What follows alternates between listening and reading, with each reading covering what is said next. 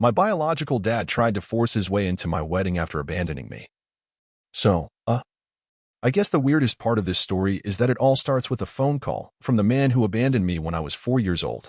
Yeah, just dropped out of my life and vanished like a magician with a guilty conscience.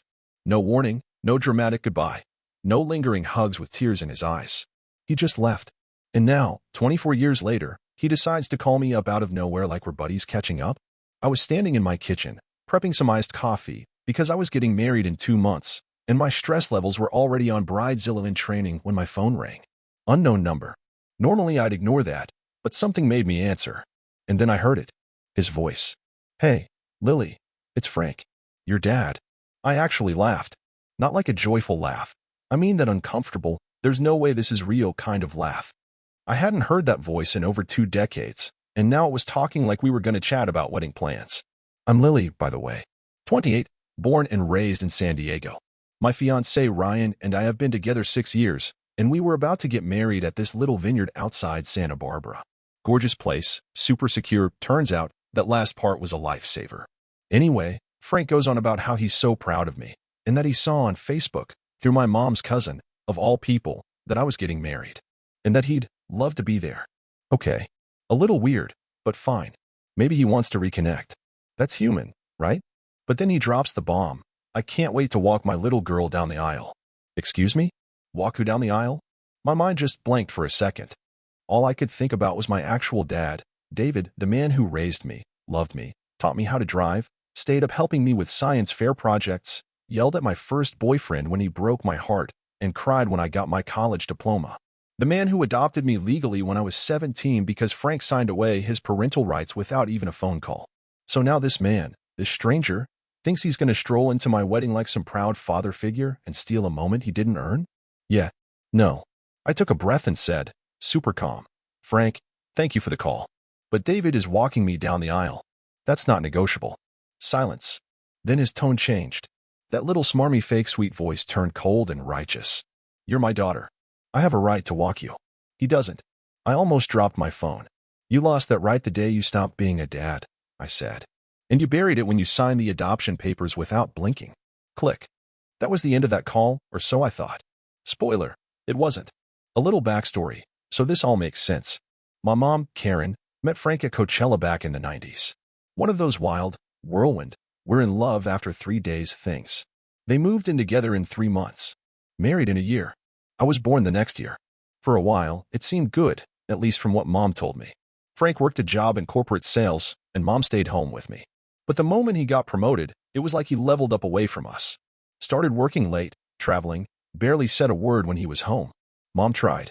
Oh, she tried. Dinners, date nights, love notes. But nothing worked. Then she found the texts. Another woman. From some work trip in Arizona. She asked him about it. He didn't deny it. Didn't even look sorry. She filed for divorce when I was 4. And Frank? He just let her. No fight. No tears. Just told her, and I quote, my career comes first. He agreed to pay child support, but made it crystal clear that he wasn't interested in shared custody. Said he was moving to Arizona for a new job. At first, he'd visit every couple months. Take me to the park, buy me ice cream. I'd sit by the window waiting hours before he arrived. Sometimes he'd show, sometimes he wouldn't. When I was 9, the visits just stopped. Calls on holidays got fewer. The last conversation we had before the wedding call was when I was 10. Since then, just cards. No notes. Just money and a scribbled Frank. But my mom, she was amazing. Went back to work as a school secretary. She made every school play, every softball game, every feverish night. She gave me everything. And when I was 13, she met David, this sweet, quiet shop teacher at a school fundraiser. He had a son, Jake, who was in my grade. At first it was weird, having a boy in the house. But we got used to each other. Fast forward a couple years, and David became dad. Not by blood, but in every way that mattered. So when Ryan proposed to me last year, and yes, he asked David's permission first, I already knew who'd walk me down that aisle. But now Frank had reappeared, out of nowhere, demanding his place. And when I told him no, he didn't take it well. He started texting me, calling, messaging my mom, even reached out to old family friends trying to guilt trip them into convincing me. Ryan offered to block him from my phone. I said no, I wanted to know what he was up to. That's when I realized this wasn't just some man trying to make amends. This was about ego. He didn't want to be my dad. He wanted a moment, a photo, a scene, one he didn't earn. And then it got worse. One Saturday afternoon, while Ryan was out shopping for his suit, I heard a knock on the door. No buzz, no warning. I opened it and froze. It was Frank. Older, bulkier, same eyes, same smug expression. He smiled like we were family again. "I just wanted to talk," he said. Face to face. My stomach dropped. I should have closed the door, but I didn't. I let him in. And that was my first mistake. "Brought some memories," he said, opening one of the albums on the coffee table like this was going to be a walk down nostalgia lane. The photos were mostly ones I'd seen before: baby me, toddler birthdays, some candid ones from when I was maybe 3 or 4. There were gaps. Huge ones. Like 15-year-sized ones. Then, randomly, one from my high school graduation. Probably mailed to him by my mom out of guilt or obligation. "I missed a lot," he said quietly. "But I never stopped thinking about you." I raised an eyebrow. "You didn't call. You didn't write. Except to send cash and a card with your signature." He nodded, slowly. "I know I messed up. I want to make things right." "Oh, now you do?" Then he said it again. The line that triggered the whole storm. "And I still believe I should be the one to walk you down the aisle." That's when the calm cracked. I didn't raise my voice. I didn't flip out. I just stared at him and said, "You think some old photos and a last-minute apology buy you a spot at the wedding?" His face hardened. The mask slipped, like it was waiting for that exact moment. "I paid your child support for years. I was your father whether you like it or not. You owe me that." My jaw clenched so hard I thought I might break a tooth. "You think a court-ordered payment makes you a parent? Really?" I stood up. "You think because you cut checks you deserve to erase everything David's done for me?" And now his voice wasn't soft anymore. It was loud, booming. He stood up too. "He brainwashed you. You don't even remember what it was like between us. Because you weren't there, Frank." He scoffed. "You're gonna regret this. Someday you'll lose that guy. Or your mom. And you'll come crawling back, wishing your real dad had been there." Oh, now we were in full manipulation mode. "I don't owe you anything," I said, shaking. "And if you don't leave, I'm calling the cops." He laughed. Not like a joke. It was that kind of laugh that says you're bluffing. So I picked up my phone and dialed. 911, I said. "Yeah, there's a man at my apartment refusing to leave." That's when he finally got scared. He mumbled something about me being disrespectful, how I'd learned the hard way, and stormed out. Ryan got home 15 minutes later to find me still shaking, sitting on the couch with the albums shoved under a blanket. I told him everything. And just like that, the switch flipped in him too. "That's it. We're hiring security." I didn't argue. In fact, I called my mom and told her the whole thing. She was quiet for a minute. Then she said, "He hasn't changed.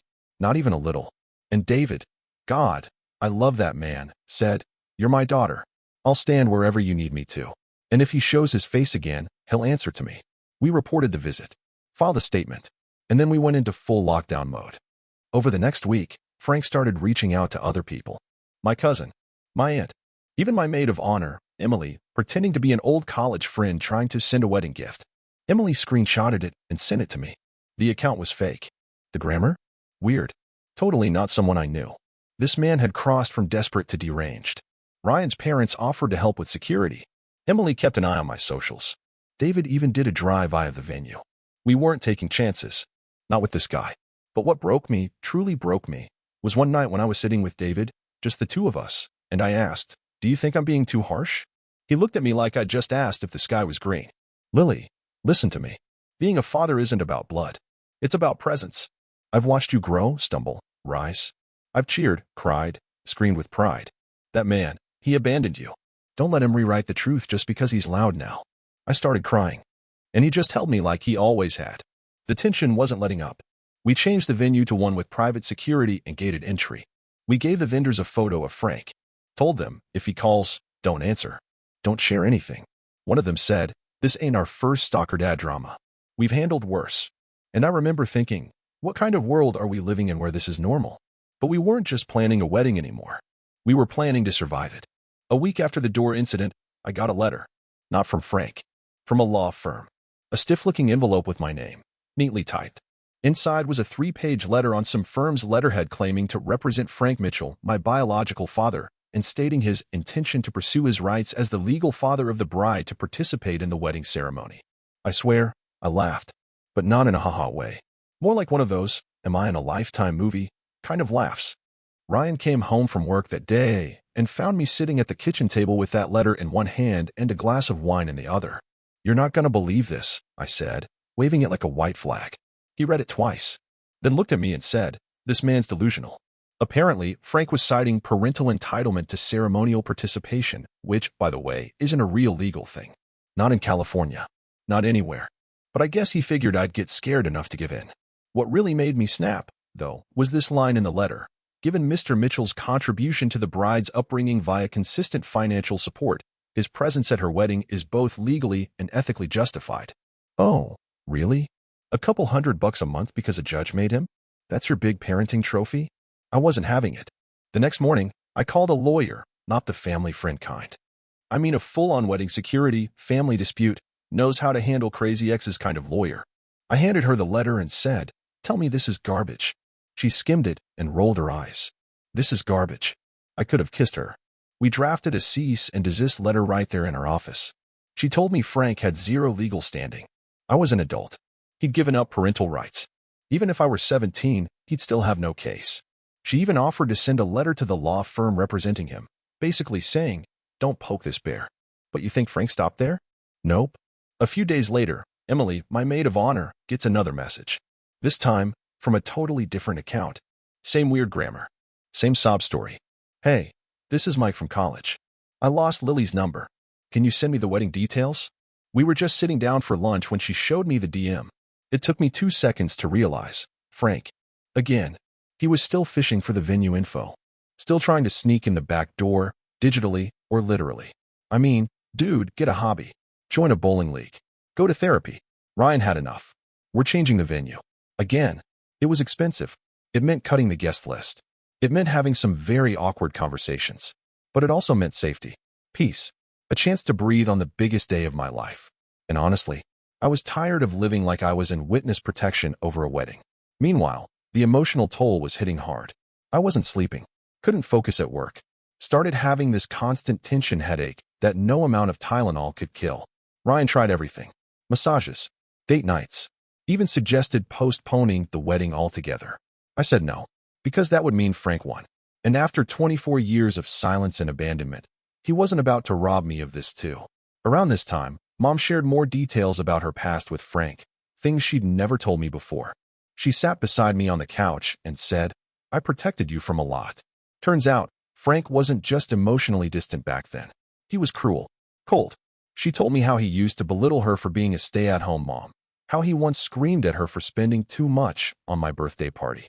And the night she confronted him about the affair, he just laughed. She told me that leaving him was the hardest decision she ever made. And yet, the best one too.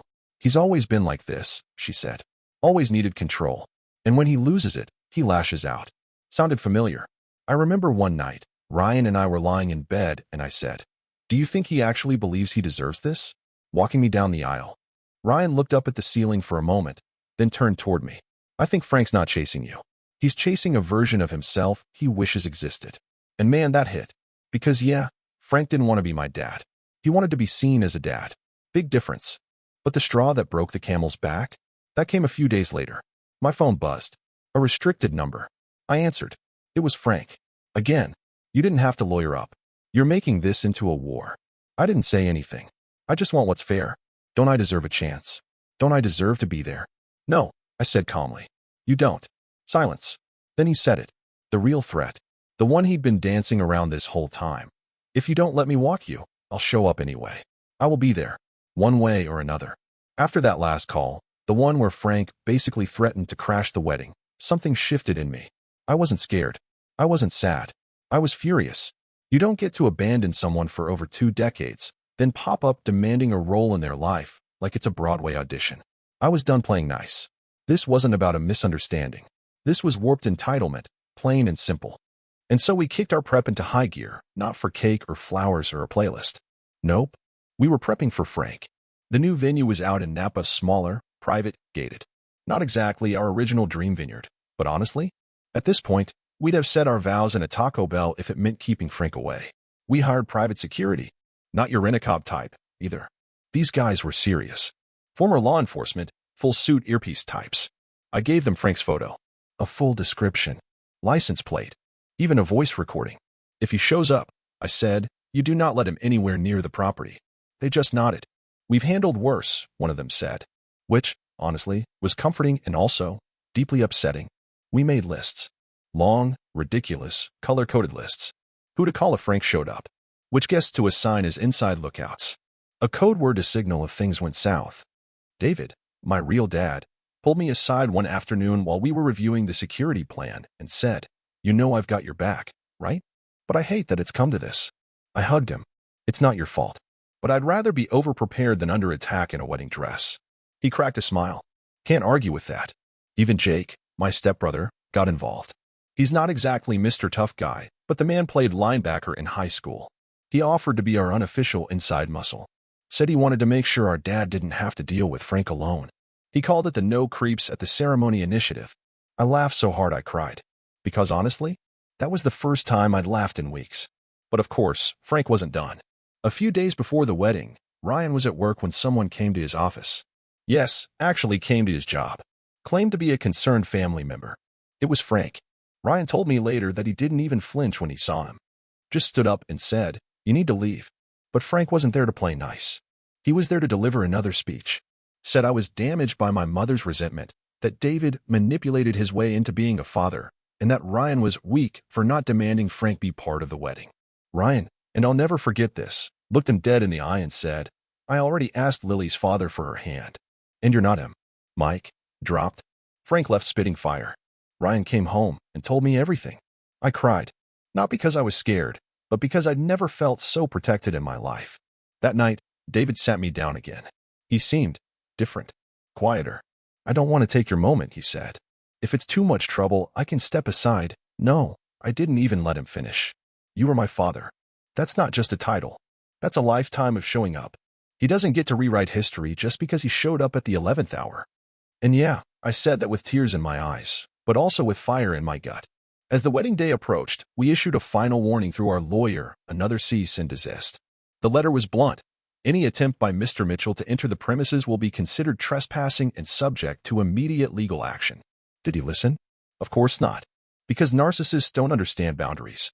The morning of the wedding finally came. I was up before the sun, nerves tangled in my stomach like wires. Hairdresser was setting up. My mom was steaming my dress. David was waiting to get suited up. And then, my phone buzzed. Security. "He's here." Frank had been spotted circling the parking lot in a black SUV. They blocked the main entrance immediately. 2 guards approached the vehicle. He refused to leave at first, claiming parental rights again. But this time, they gave him 2 choices: leave voluntarily or leave with the cops. And get this. He left. Didn't get out. Didn't scream or make a scene. Just peeled out of the lot like a coward who knew the show was over. I didn't even let myself react right away. I told the guards to keep watch. Told Ryan. Told David. Then I let myself breathe. I was finally going to have my wedding without fear. The ceremony was perfect. David walked me down the aisle. He held my hand like he'd done 1,000 times before. And when he looked at me and whispered, "I'm proud of you, kid," I nearly broke. Ryan was waiting with the biggest grin I've ever seen. We said our vows. We laughed. We cried. We said, "I do." And Frank was nowhere in sight. For a few golden hours, I forgot he existed. After the ceremony, the nerves melted.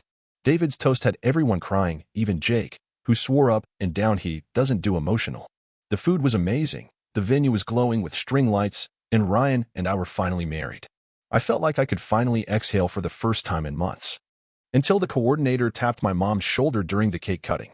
They didn't want to tell me, bless them, but Mom has never been good at keeping a poker face. I saw it immediately. That tight, clenched look she gets when she's holding back a screen. I pulled her aside. "What is it?" She hesitated, then said, "Don't panic. Security's already handling it." My stomach dropped. It was Frank. Again. Apparently, the guy tried to sneak into the reception by walking around the side entrance in a cheap suit like some bad sitcom villain. He wasn't in disguise, not even trying to blend in. He just strolled up like he belonged there. Security spotted him immediately. He stood out like an unpaid bar tab. They confronted him, and he started yelling about how it was his right to watch his daughter celebrate, that he had every reason to be there. One of the guards warned him to leave. Again, he refused. And this time, they called the police. Meanwhile, I had no idea this was all going down outside while I was doing my first dance with Ryan. We were spinning in our little fairy-lit bubble, smiling like idiots, blissfully unaware that my biological father was outside screaming at a guy in a headset. The only reason I found out that night was because Jake saw the police car pull in through a window near the bar. He grabbed David and quietly said, "It's happening. They're cuffing him." David nodded, calm as ever, and just said, "Let her enjoy her moment. We'll tell her later." So yeah, I finished my dance, ate my slice of wedding cake, laughed with my friends, kissed my husband, all while my bio dad was being arrested in the parking lot for trespassing and violating a cease and desist.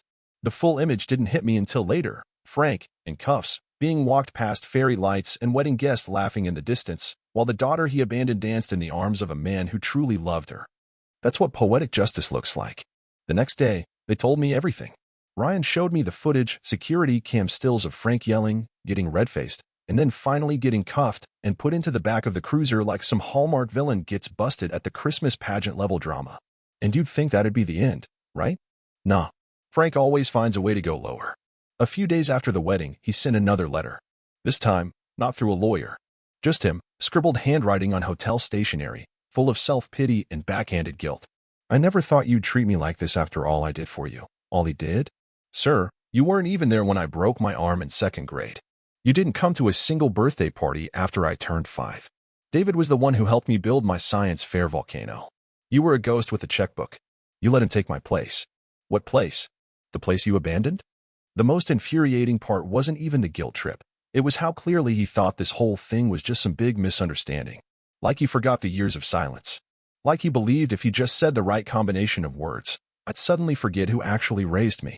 But that wasn't the worst part. The worst part came when he showed up, again, at David's house. David told me the story a few days later. Said Frank pulled up while he was watering the garden, of all things. Didn't even get out of the car at first. Just sat there. Eventually, he rolled down the window and said, "You stole my daughter." David, bless his calm, composed soul, didn't even blink. Just looked at him and said, "You gave her away. I just loved her when you didn't." Frank got out. Walked up like he was going to start something. "But David? That sweet, calm shop teacher who helped me build furniture for my dorm room? Yeah, he boxed in college. I didn't know that until this exact moment." Frank stepped too close. Got in his face. And then called my mom a manipulative whore. That's when David snapped. The fight didn't last long. Frank threw a punch. Missed. David didn't. One solid hit to the jaw, and Frank was on the ground, flailing like a drunk toddler. Jake came running out from the side of the house and helped pull David back. Frank drove off, bleeding and yelling, threatening lawsuits and exposing the lies. David didn't even look fazed. "He's not going to stop," he told me later. "But we've got truth on our side. And a right hook, apparently." I laughed harder than I had in weeks. Now, with everything documented, the arrests, the harassment, the physical altercation, our lawyer filed for a restraining order. This wasn't just about the wedding anymore. This was about protecting our family. Because that's what David is. That's what Ryan is. That's what we've built. Frank? He's not family. He's just blood that got left behind. We postponed our honeymoon by a couple weeks while the paperwork settled. But honestly, the best honeymoon moment happened right there on David's back porch, a few nights after the wedding. We were eating leftover wedding cake with plastic forks, Ryan beside me, Mom and David across the table, Jake playing DJ on his phone. And for the first time in forever, I felt safe. Not because Frank was gone, but because my real family was here. I used to think closure meant confrontation, standing face to face with the person who hurt you and saying everything you never got to say. But that's not what happened. There was no dramatic speech, no courtroom-style monologue. Just a sheriff handing Frank a restraining order and saying, "You are to have no contact with Lily Carter or any member of her family." Simple, quiet, legally binding. That was enough. A month later, Ryan and I finally took our real honeymoon. 2 weeks in Portugal, just us. Wine, beaches, no cell service unless we wanted it. And on the second to last night, over a bottle of Vinho Verde, he said something I'll never forget. "I used to think people like Frank were just broken. Now I think some people just choose not to heal." That hit. Because yeah, Frank had opportunities to do better. He could have shown up when I broke my arm, or when I needed a parent for career day, or literally any birthday after age 5. But he didn't. And when he finally did show up, it wasn't about me. It was about him. His image. His ego. His version of being a dad. What he didn't realize, what he never understood, was that being a father isn't about one moment. It's about 1,000 small ones. Like staying up late with a sick kid, teaching her how to fix a flat tire, cheering her on at a terrible middle school choir concert, or standing at the back of the aisle, trying not to cry while walking her toward a man who loves her like crazy. Frank missed all of those. David didn't. When we came home from the honeymoon, there was a package waiting on the porch. No return address. Ryan opened it for me. Inside was a beat-up photo album, one of the ones Frank had shown me when he first came to the apartment. No note. Just a post-it stuck to the first page that said, "You'll regret this someday." I threw it away. Not out of anger, but because that album was his version of our story, and I already had mine. It's not glossy or edited.